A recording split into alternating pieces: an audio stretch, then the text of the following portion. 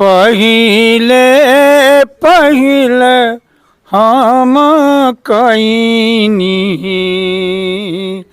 छठ मैया बरत तहार। शारदा सिन्हा जी इस पर पूरा डिस्कस करती हैं कि हमको किसके लिए लिखना चाहिए, किसके लिए गाना चाहिए। पहले पहले हम कहीं नहीं तो हम लोग बैठ करके लिखे।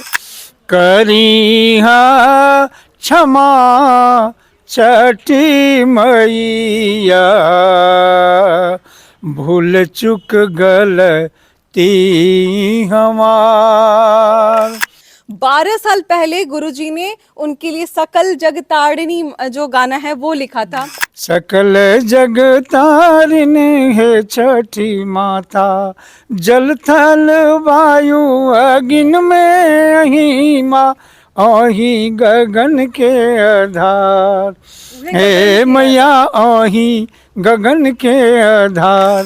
कि गीत लिखने में ज्ञान का महत्व बहुत ज़्यादा है। बहुत बहुत जी। इसलिए महत्व है कि अब जब हम किसी बर्तन के लिए लिखते हैं तो वहाँ मुझे 2 मिनट के लिए बर्तन बन जाना पड़ता है। जानी ना छठ के बरतिया, जानिला महिमा तोहार। काचा बादाम जो था वायरल हुआ, करोड़ों लोगों ने देखा और मैं ये मतलब गारंटी के साथ कह सकती हूँ कि आप सब उनका नाम जानते होंगे, सबको वो वीडियो दिमाग में होगी। इसके बाद आ जाइए रानू मंडल जी के बारे में। एक एक इंसान ने देखा, करोड़ों लोगों ने देखा, बहुत लोगों ने पसंद किया। लेकिन देखिए एक ऐसे गाने के रचयिता को हम नहीं जानते हैं जिनके गाने को लोग आस्था से जोड़कर इतना मतलब भावुक होकर सुनते हैं। क्या आपको वो स्थान मिला है जो आप डिजर्व करते हैं या फिर आपको लगता है कि वो मुझे मिलना चाहिए था? नमस्कार, मैं हूं अंजलि और आप देख रहे हैं द इंडियन स्टोरीज। देखिए जब एक गाना बनता है तो उसमें बहुत सारे लोगों की मेहनत लगती है। जैसे कोई म्यूजिक देता है, कोई लिरिक्स तैयार करता है, बहुत पिरो के जो है शब्दों को एक साथ लाके कुछ ऐसा शब्द बनाता है, कुछ ऐसा एक वाक्य बनाता है जो आपके दिल को छू जाता है। फिर आती है सिंगर की बारी जिसको आप हमेशा याद रखते हैं। लेकिन इन सब के बीच में कुछ ऐसे लोग होते हैं जिन्होंने गाने को तैयार करने के लिए जी जान लगा दी होती है, पूरा मेहनत लगा दिया होता है, लेकिन आप या हम उनको नहीं जानते हैं। हम बात करेंगे आज छठ के गानों के उन रचयिता के बारे में जिन गानों को आपने खूब सुना है। आपने शारदा सिन्हा जी के कई सारे गाने को देखा है कि दुनिया के कोने कोने में बजाया जाता है। आज मैं उनसे मिलाने वाली हूँ जो उन गानों को लिखते हैं और लिखकर उन्हें वायरल कराने में मदद करते हैं और वही गाने आज दुनिया के कोने कोने में बजते हैं। हमारे साथ है हृदय नारायण झा, जिनको मैं गुरुजी कहती हूँ और बहुत सारे लोग सम्मान पूर्वक इन्हें गुरुजी के नाम से ही बुलाते हैं। सबसे पहले बहुत बहुत स्वागत है आपका हमारे चैनल पे। आपका भी बहुत स्वागत है। मैं आपके चैनल में दूसरी बार आ रहा हूँ जी। और मुझे अच्छा लगता है कि ये एक मैसेज जा रहा है, खास करके गीतकार और गीत गाने वाले गायक गायिकाओं के लिए। गीतकार के लिए ये संदेश जा रहा है कि मैं गीत लिख रहा हूँ तो क्या लिख रहा हूँ, किसके लिए लिख रहा हूँ। और गायक गायिकाओं के लिए ये बात है कि वो ये महसूस करेंगे कि हमें क्या गाना चाहिए, कैसा गाना चाहिए। बिल्कुल बिल्कुल। तो इस दृष्टि से यदि सोचिए तो गीत लिखने का विशेष महत्व है इसमें। बिल्कुल। अभी जैसे मैंने शुरुआती दौर में कहा था कि शारदा सिन्हा जी का मैंने जिक्र किया था। 12 साल पहले गुरुजी ने उनके लिए सकल जग तारिणी जो गाना है वो लिखा था। 6 साल पहले एक ऐसा गाना लिखा जो आपके और मेरे दिल पर जो है ऐसा छाप छोड़ा हुआ है, जिसका जो बोल है वो ये है कि पहिले पहिले कईनी छठी मैया बरत त्योहार। फिर 1 साल पहले उसका दूसरा वर्जन आया था कि क्या था गुरुजी 1 साल पहले? हाँ, जानी ना छठ के बरतिया, जानिला महिमा तोहार। ये दूसरी बार आया है, दूसरी बार गाए हैं। तो देख लीजिए कि हम बहुत बार इन लोगों को स्थान देना भूल जाते हैं, वो सम्मान देना भूल जाते हैं। ये हमारे लिए मतलब बहुत ही शर्म की बात है कि हम गाने के रचयिता को नहीं जानते हैं, क्योंकि कितना उन्होंने मेहनत किया होगा, कितना सोचा होगा, कितना विचारा होगा, तब जाके इतने सुंदर सुंदर जो हैं वो शब्द ये पिरोते हैं, तब जाके ऐसे गाने बनते हैं, तब जाके वो एक सिंगर के पास पहुंचता है कि भाई ये लीजिए बना बनाया चीज़ अब आपको गाना है। तो सबसे पहले शुरुआत करेंगे 12 18 साल पहले आप माँ शारदा के लिए आप गाना लिखते हैं जो शकल जग तारनी, तो क्या सोचा था, लगा था कि ये इतना वायरल होगा, लोग इतना पसंद करेंगे? सोच बिल्कुल मेरा लीक से हटके था। उस समय बहुत नए नए गायक आए थे जी जो गायक भी गाने लगे छठ के गीत। जी शारदा जी के गाने का एक अलग अपना शैली रही है। उन्होंने कहा कि मेरे लिए गीत लिखिए आप, जी और गीत ऐसा हो जो बर्तिन को लगे कि मेरे लिए कोई लिखा है, अच्छा उन्होंने कहा। तो मैंने फिर ये सोचा और मैंने कहा कि देखिए, हम यदि वर्तमान में जो हल्का फुल्का शब्द का इस्तेमाल होता है तो लोग समझते हैं कि जो हल्का गीत है जल्दी हिट होगा। मैं नहीं ऐसा मानता हूँ। मैं मानता हूँ कि गीत के शब्द यदि महत्वपूर्ण होंगे, यदि मान लीजिए वो संस्कृति संस्कार वाले शब्द भी होंगे, तो यदि उनके मतलब का होगा तो वो जरूर सुनेंगे। तो लिखिए।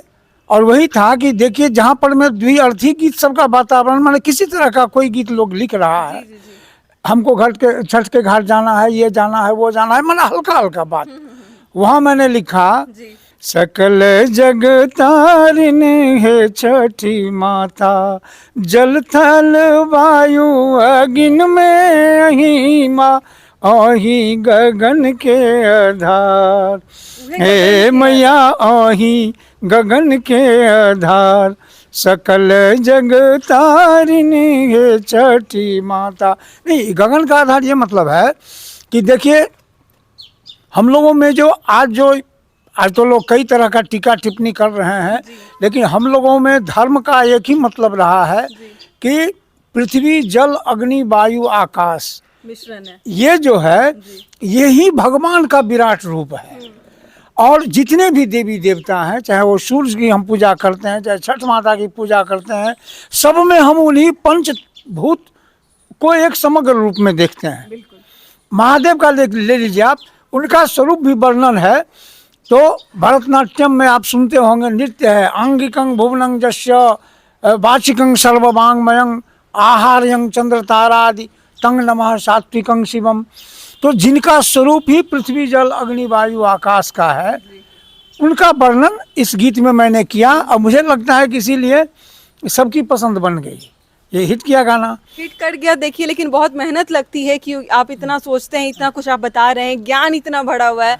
अभी तो हम ये देख रहे हैं सोशल मीडिया के कैसा ट्रेंड चल गया है। ज्ञान पर एक बात कहे तो हम क्लियर कर दें कि गीत लिखने में ज्ञान का महत्व बहुत ज्यादा है। बहुत बहुत जी। इसलिए महत्व है कि अब जब हम किसी बर्तन के लिए लिखते हैं तो वहाँ मुझे 2 मिनट के लिए बर्तन बन जाना पड़ता है।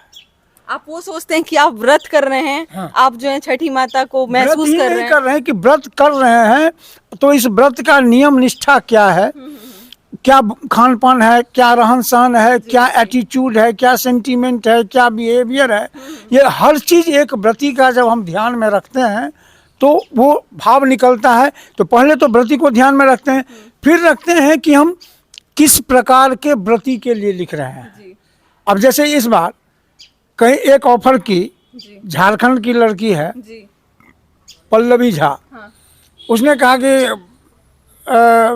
हमको मेरे लिए आप गाना लिखिए जो पति बेरोजगार है। हाँ।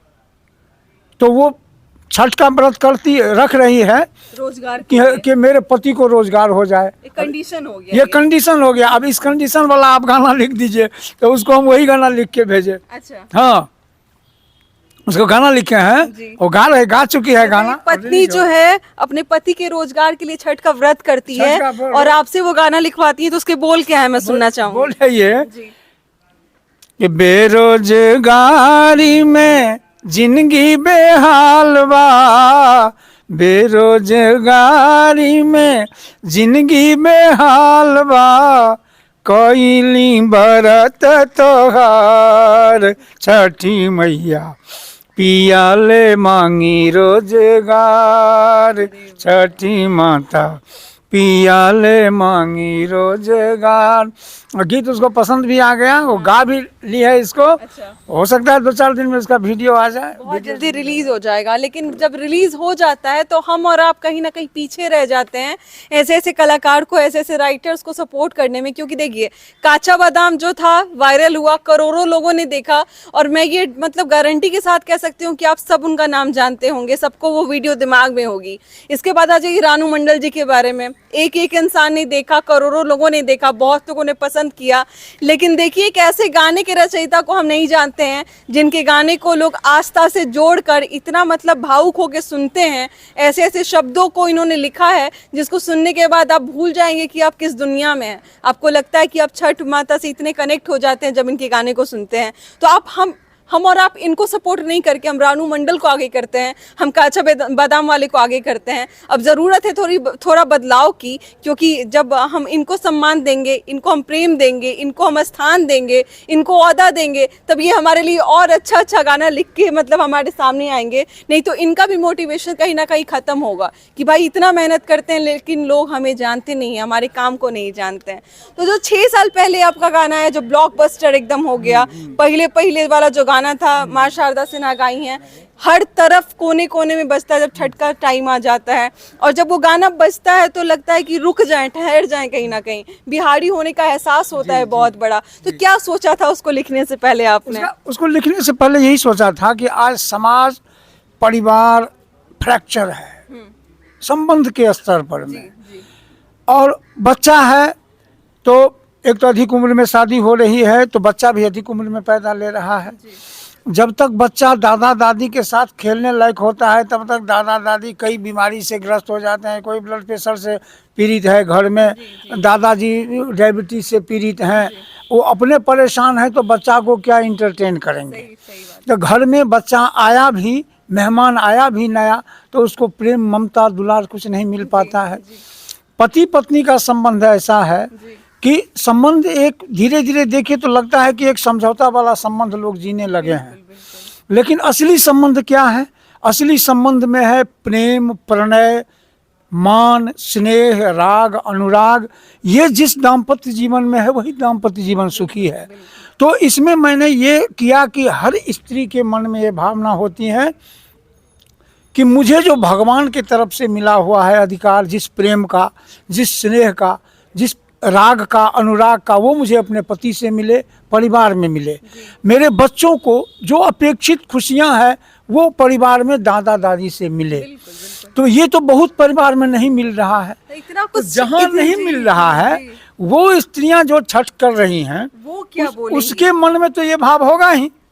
तो अभी उस भाव को रख के मैंने लिखा है इसमें। अभी तक इतनी बार आपने पहले कहीं नहीं, छठी मैया बढ़त त्योहार, ये गाना आपने कितनी बार सुना होगा। सुन लीजिए कि उनके पीछे जो लिखा गया, क्या सोच के लिखा गया, क्या उस समय की मानसिकता थी, किसके लिए लिखा गया, कब लिखा गया, अभी गुरुजी ने बताया। हाँ। जी, तो बोल उसके कैसे कैसे आप बता सकते हैं? बच्चा को ममता दुलार मिले, इसके लिए मैंने लिखा कि एक तो इनोसेंट होके व्रत कर रहे, इसीलिए पहला लाइन है उसका कि पहिले पहिले हम कईनी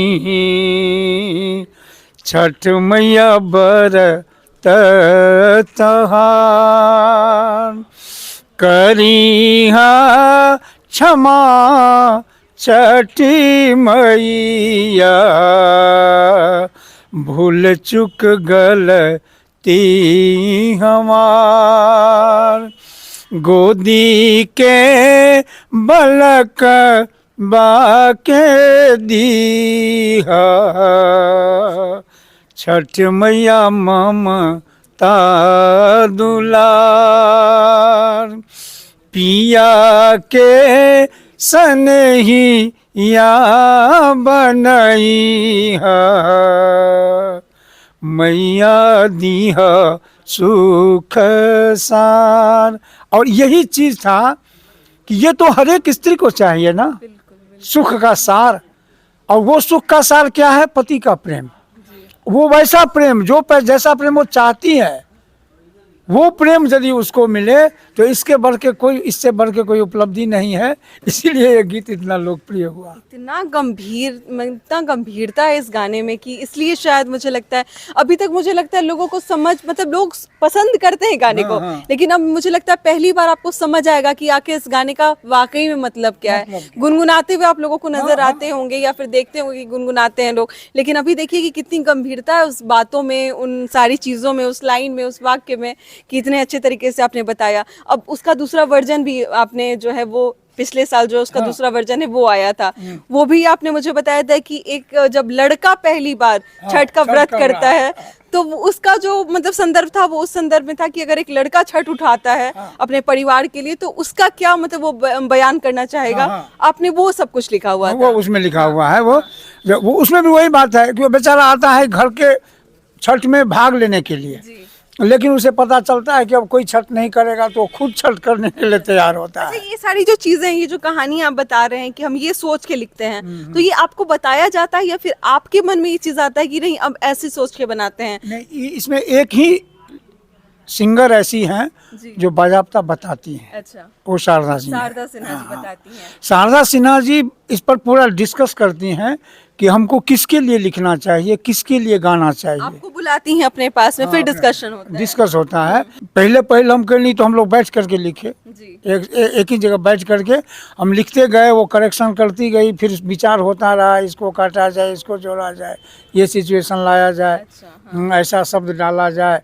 तो इस तरह से वो एक टीम वर्क में लिखाया वो गाना। दूसरा वाला जो आया था उसका कुछ लाइन अगर आप सुनाना चाहें तो। हाँ, वही दूसरा का लाइन था, जानी ना छठ के बरतिया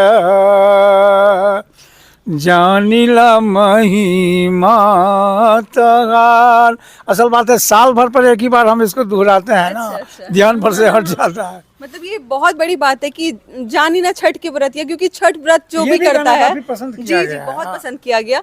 तो आप देखते हैं कि बहुत डर रहता है अंदर से कि कुछ पैर ना पड़ जाए किसी चीज में, कहीं कुछ जूठे हाथ से हम छू ना ले, क्योंकि छठ व्रत जो है वो व्रत ही नहीं है, बहुत बड़ी भावना है जिससे लोग काफी डरते हैं कि अच्छे से निपट जाए, अच्छे से हम इस व्रत को कर लें। लगता है देखिए कि कहाँ आजकल कोई सोचता है कि क्या लिखना है, कैसे लिखना है। लोग सुन लेते हैं, लोग कुछ भी चलते फिरते उनके दिमाग में आ जाता है कोई चीजें, और जो है उस पर धुन बना देते हैं और गाना रिलीज हो जाता है। लेकिन ऐसे लोगों के साथ बैठने से पता चलता है कि गाना वाकई में क्या होता है और कितनी गंभीरता होती है जब आप किसी गाने को सुनते हैं उसको लिखने में। चलिए इन सारे गाने को थोड़ा ध्यान से सुनिएगा और जाके जरूर देखिएगा, और जब आप सिंगर को अप्रिशिएट कीजिएगा तो एक बार गुरु जी का भी नाम जरूर लीजिएगा, मुझे बहुत अच्छा लगेगा। जाते जाते एक सवाल पूछना चाहूंगी, आप कह रहे हैं कि झारखंड से गाना रिलीज हो रहा है, मुंबई से रिलीज हो रहा है, बिहार में कितनी जगहों से रिलीज हुआ है, क्या आपको वो स्थान मिला है जो आप डिजर्व करते हैं, या फिर आपको लगता है कि वो मुझे मिलना चाहिए था? देखिए, जीवन का जो नियम है उस हिसाब से मुझे मिल गया। इसलिए मिल गया कि पुरस्कार 1-2 लाख का होता है, लेकिन आप ही अभी बोल रही थी ना कि 4.5 करोड़ लोगों ने मेरे गीत को सुना। हाँ। उसके सामने कोई पुरस्कार नहीं है, उसकी कोई राशि की कीमत नहीं है। इस चीज को मैंने अपने जीवन में इसको हम निर्वाह भी कर रहे हैं। हमको एक बार कला संस्कृति विभाग यहाँ पुरस्कार देती है, कई बार लोगों ने। पुरस्कार के बारे में बात नहीं कर रही मैं, किसी राशि के बारे में बात नहीं कर रही, लेकिन एक होती है पहचान कि आपने ये काम किया है, आपने ये लिखा है, मैं इसके बारे में पूछ रही हूँ। ये पुरस्कार, ये सब कुछ जो है वो मटेरियलिस्टिक चीजें हैं, है ना, इसका कोई मतलब नहीं है। लेकिन ये मतलब है कि कई आदमी को ये रहता है कि आपको कहाँ कहाँ पुरस्कार मिला, लेकिन हम उससे नहीं मतलब रखते हैं। हमको सबसे ज्यादा खुशी होती है इस बात की कि मैं भोजपुरी भाषी नहीं हूँ, फिर भी आपको लोग, लेकिन मेरा लिखा हुआ लिरिक आज वर्ल्ड रिकॉर्ड कायम किया। अब मेरा लिखा अभी आप जो भी हमसे कह रहे हैं गीत लिखने के लिए भोजपुरी में कह रहे हैं। और एक बात की मुझे बहुत खुशी है कि जहाँ भोजपुरी द्विअर्थी गीत के लिए बहुत बदनाम है, वहाँ जो भी मेरे गीत भोजपुरी में निकले हैं वो सभी के लिए, दुनिया में सभी परिवार के सभी सदस्य के लिए आनंददायक है और कुछ प्रेरणादायक है। बिल्कुल बिल्कुल। 12 साल पहले जो अभी जिक्र कर रहे थे, सकल जगतारणी है छठी माता, उसमें भी मैंने एक भोजपुरी गीत लिखा था। अच्छा, अगर आपसे कोई चाहे कि कोई गाना लिखाने के लिए आपसे संपर्क करे तो क्या कर सकता है? हाँ, कुछ नहीं, हमारा हमसे संपर्क करेगा गाना, लेकिन वो है कि वो गाना उस तरह का गाना गाता रहे। बिल्कुल बिल्कुल इस बार भी एक जगह, एक मुंबई के ही एक प्रोड्यूसर थे, जी। हमसे गाना लिखवाए, तो कहे कि गुरुजी गाना तो अथी सर गाना ऐसा है, लेकिन हमको ऐसा चीज़ चाहिए। मैंने कहा कि मैं लिखता नहीं हूँ उस तरह का, मैं नहीं लिख सकता। चलिए, अगर आपको लगता है कि गुरुजी के हिसाब से अगर आपके पास कोई गाना, कोई और ऐसा ऑफर है, तो आप जरूर इनसे संपर्क कर सकते हैं। आप हमारे कमेंट में लेकिन आप एक चीज़ नंबर ध्यान ले में सकते रखना हैं होगा इनसे कि जी। मूल्य आधारित गीत हो, सबके जीवन से संबंधित हो, मूल्यहीन गीत नहीं हो। अगर आपको लगता है कि फालतू के कोई वायरल कराने के लिए अगर आप संपर्क कर रहे हैं तो प्लीज ना करें। अगर गंभीरता है, अगर मन में ऐसा सोच है कि कुछ ऐसा लिखे कि परिवार बैठ के उस गाने को सुने, तो आप हमसे संपर्क कर सकते हैं। और आइए साथ में सपोर्ट करते हैं। गुरुजी ने बहुत अपना टाइम दिया है, वक्त दिया है, बहुत ज़्यादा समय दिया है। उम्र के ऐसे पड़ाव पे हैं जहाँ पे ये लोगों को प्रेरित कर रहे हैं, तो हमें और आपको जानना चाहिए कि आखिर ये कौन है और क्या इनमें कला है और किस तरीके का टैलेंट है इनमें। तो कैसा लगा इनका विचार, कैसा लगा इनका गाना, कैसा लगा इनके बोलने का शैली, हमारे से ज़रूर शेयर कीजिएगा। मिलते हैं अगले वीडियो में एक नई कहानी और एक नई जानकारी के साथ। बहुत बहुत शुक्रिया।